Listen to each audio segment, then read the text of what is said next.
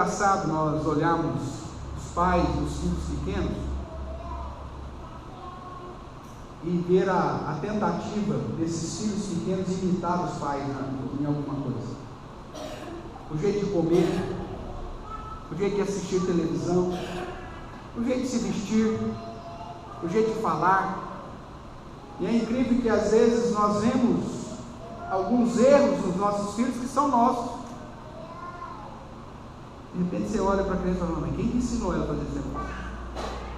E aí entra a figura da auxiliadora para dizer: você.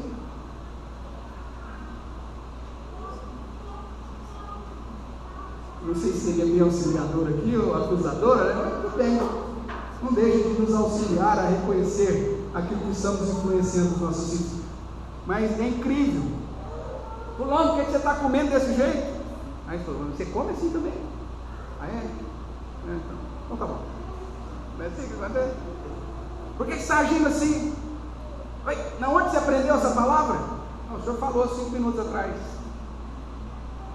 Tudo influencia. Tudo influencia. Nenhum pai, como eu disse, está isento de erros, irmãos. Mas ao mesmo tempo, deveriam ter como padrão, que é no cumprimento das responsabilidades de educar, né? Segundo a palavra de Deus nos apresenta, ter áreas específicas para discipular os seus filhos.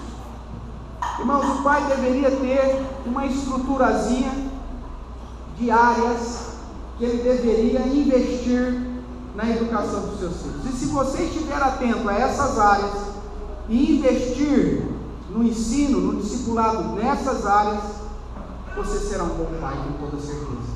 Apesar dos seus erros, apesar das suas falhas, apesar da sua limitação. Como pai, pesa sobre nós a responsabilidade de conduzir os nossos filhos em algumas áreas que são chave, áreas específicas, chaves na vida deles. Educar filho não é deixar as coisas acontecendo, é preciso de um planejamento, é preciso de um currículo, uma grade curricular. E o simples fato de você conhecer qual é essa grade curricular já te auxiliará em muito na tarefa de educar o seu filho. Olhando aqui para o contexto de 1 Reis, capítulo 2, o verso 1 começa assim: aproximando-se os dias da morte de Davi. Ou seja, Davi já estava velho, e o seu filho Salomão, por direção divina, estava se preparando para assumir o trono. Salomão, como você sabe, só não era o primogênito, mas Deus estava direcionando para que ele assumisse o trono. Davi tinha passado por um problema recente, onde os filhos, mais especificamente Absalão, o pai da paz, na verdade se levantou contra o próprio pai para tentar usurpar o trono. Isso depois de uma outra falha de Davi com o seu filho e com a sua filha, um problema familiar que é melhor nem citar agora, que não é o nosso foco. Mas veja, vários erros como faz. E agora Davi está velho, certamente aprendeu com tudo que houve de errado na sua família, tudo que ele havia errado em relação aos filhos anteriores. E agora ele tem a oportunidade de acertar com Salomão. Irmãos, nenhum erro seu do passado tira a responsabilidade que você tem no presente de continuar exercendo a sua função de pai. Davi nos ensina isso. Ele errou no passado, errou muito, mas isso não tirava a responsabilidade que pesava sobre ele de agora, em relação a Salomão, influenciá-lo para o bem. Não deixe o diabo colocar isso no seu coração. Quem você pensa que é para educar o seu filho? Se ele fez isso, você fez aquilo, você agiu desse modo, você aprontou aquilo, aprontou aquilo outro. Não. Busque o perdão de Deus, e uma vez que tenha recebido esse perdão, você está mais uma vez preparado para exercer a sua função de pai, que é criar, admoestar, discipular, educar o seu filho para o bem.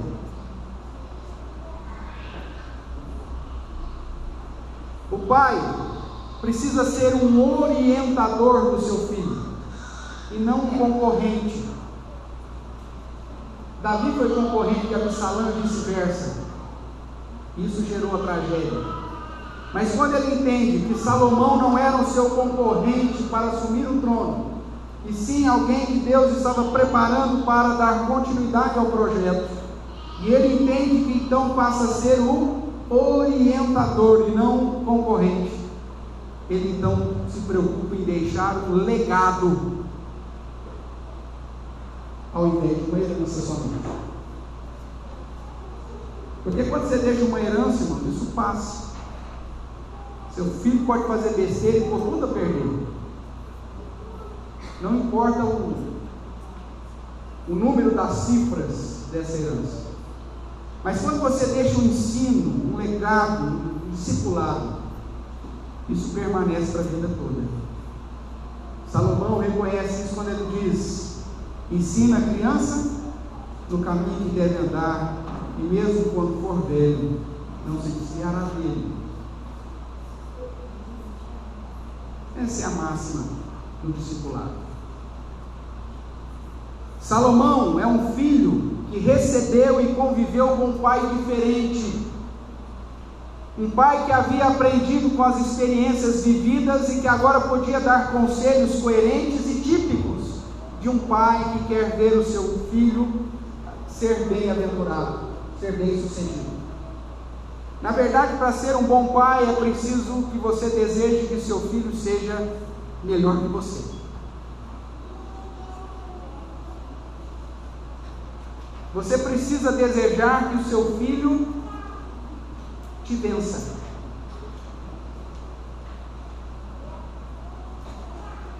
Porque o pai que não permite ou não deseja que o filho supere é um concorrente e não um orientador.